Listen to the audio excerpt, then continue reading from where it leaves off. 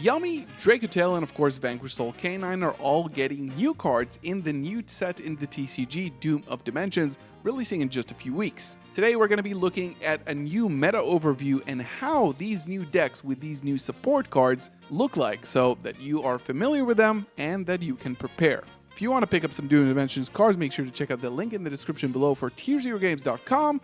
If you want to pick these up, it will greatly support the channel. And without further ado, let's begin the meta overview of Doom of Dimensions. So today we're going to be looking at the new deck lists with the new support cards from Doom of Dimensions. Doom of Dimensions, like I mentioned in a previous video, or maybe it's going to be a future video, it is basically a DLC to Justice Hunters. There's not a lot in the set besides some new support cards for the existing ruling and powerful archetypes Yummy, Dracotail, Vanquish Soul, Canine. So today we're going to be looking at these changes, and we're going to start off with Yummy. These are all top cut contenders from a recent OCG tournament, sporting basically all of the new support cards. And we're going to start off with Yummy. Yummy right now seems like possibly one of the two strongest decks. Even though Vanquish Soul won the World Championship, it was a little bit of a different format, but Yummy also won the first and only YCS in the Justice Hunters format. First of all, of course, we have the new Yummy card, which you can see is already being played at 3. We can see Lolipo down to 1 and Cookie down to 2 because you don't necessarily need as many names. In terms of starter, it's just a little bit more starters, but in terms of monster count, actually they're playing it as the same count. So Marshmallow, why is it so good? Because if your first normal summon is removed, Marshmallow can special summon itself from the hand. Or it can just be used as an additional extender, a free special summon from the hand if you already control a light beast monster. So it's exceptionally strong in this deck. It's basically exactly what this deck needed. Now, again, in terms of starters, you have your Piri Rice map and you have your Obedience School. The Piri Rice map could be just interchanged with the Striker engine, which is seeing play in the TCG right now. But basically, Marshmallow is kind of turning this deck on its head because it's just providing much more consistency and power, and you no longer have to draw the additional surprise to get your extra special summon of a name. Now, Yummy are getting a new continuous spell in this set. However, I think it's kind of rather slow for what the deck tries to achieve. It can gain you life point. It's basically very good once it's on the field. You can see the effect right now on the screen. And it can also link summon during your opponent's turn if your Yummy Snatchy gets removed from the field somehow. But basically, this deck can turn any single starter into a full combo and a full plethora of resources. So again, this card is just too slow and doesn't really do anything on its own, so people aren't really choosing to play it. Now, in terms of the extra deck, pretty much kind of straightforward. We are seeing just like one Herald, Synchro 3s, and of course one of each name. We are seeing Silvera here, which is pretty cool. You can access it if you control enough levels on the field. It's a level 6 generic Synchro, and it's basically a Book of Moon for your opponent's entire board, so it's really strong in the mirror. Versus Canine, versus stuff like that, it's very useful. And in the side, we are seeing Contact C.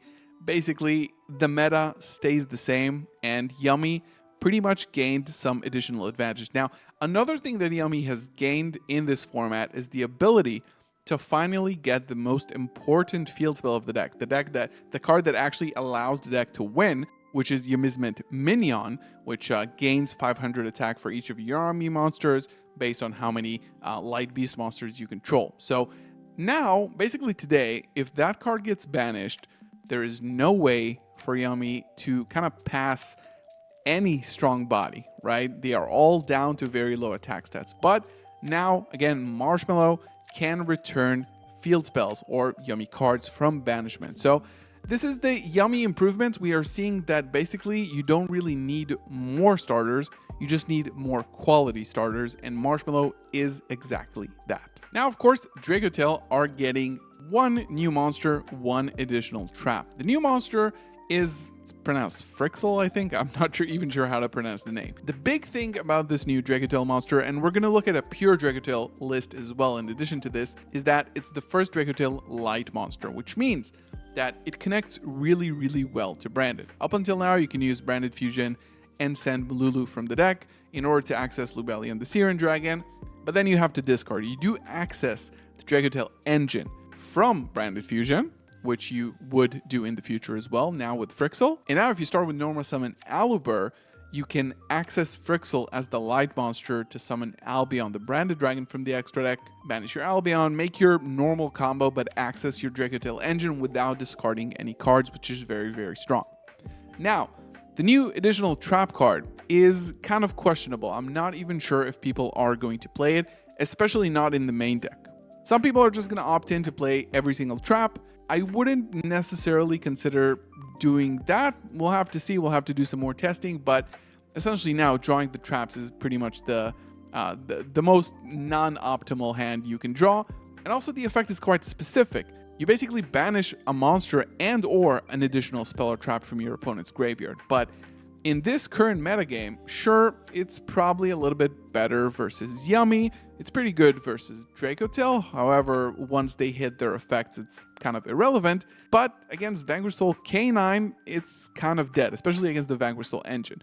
Versus K9, of course, you can access it to maybe banish a Lantern target or, of course, banish the Lupus.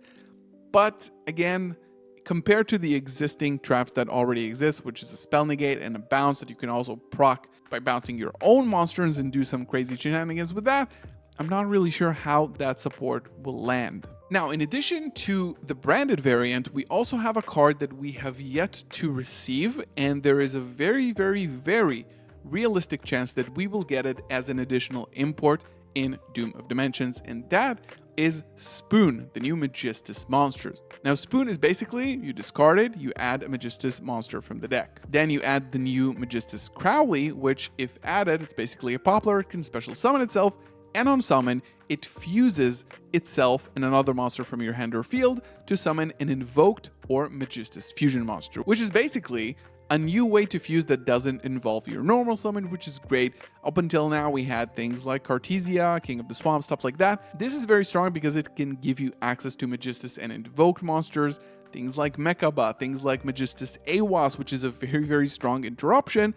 And this engine needs to come to the TCG as quickly as possible, and I really, really hope we get Spoon as an import in Doom of Dimensions.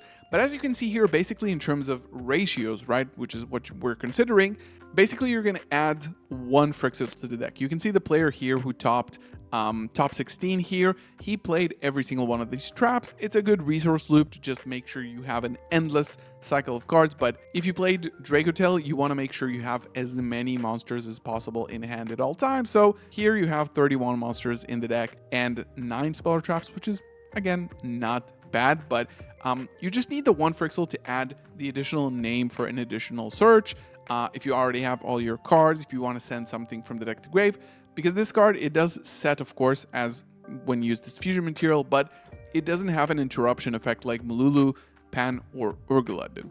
And lastly, we have K9 Vanquish Soul. We're going to get to another K9 variant that plays the new main deck monster, which this one doesn't. Now, in terms of interruption and in terms of power, what the new card provides is you have the new rank 5 Xyz monsters from the K9 strategy, which is called K9 666 Jax. Essentially, on summon, target a monster, pop it. It's very, very similar to Valon, which can, as a quick effect, just book a monster. This one removes it from the field altogether. So this is a good interruption on the opponent's turn. If you open the Zuna and you, for some reason, don't want to use a Nash Knight or something like that, you're maybe locked, you're maybe, it's not the correct interruption in that scenario, you can just gain a monster pop, which is very, very strong on turn 0. Imagine a hand trap that pops a monster. This is what Izuna does with Jax, right? Now, an additional card that K9 is getting is even a little bit more important and impactful. That is K904 Noroi. Now, you can see it here. One of the top contenders in this year's World Championship did play K9 Crystron, and we have here 2 copies of Noroi. Why is Noroi so important and so impactful in the future of the metagame is because it is basically Ice Ryzeal, and Ice Ryzeal is an incredible card. You can normal summon it, specifically when your opponent has 2 or more cards in hand, which is going to be most of the time, of course, when you're going first. On summon, it's going to special summon from deck a non-machine K9 monster. Basically, any of these K9 monster. You can just special summon him, you can special summon a Lupus, untargetable.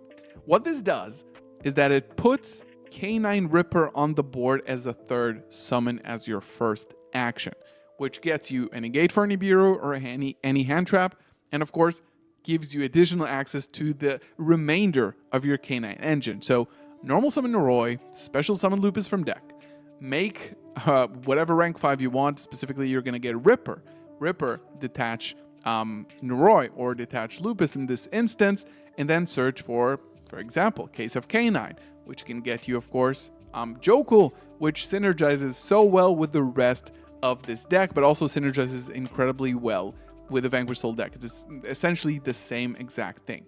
So Canine Noroi, maybe a 1 of, maybe a 2 of. You can access this, of course, with Case for Canine, but essentially a very, very powerful and meta warping card. So yeah, this has been the meta overview for Doom of Dimensions. Not a lot of new things, but just an upgraded version of every single deck and every engine that you've already familiarized yourself with in the current Justice Hunters format.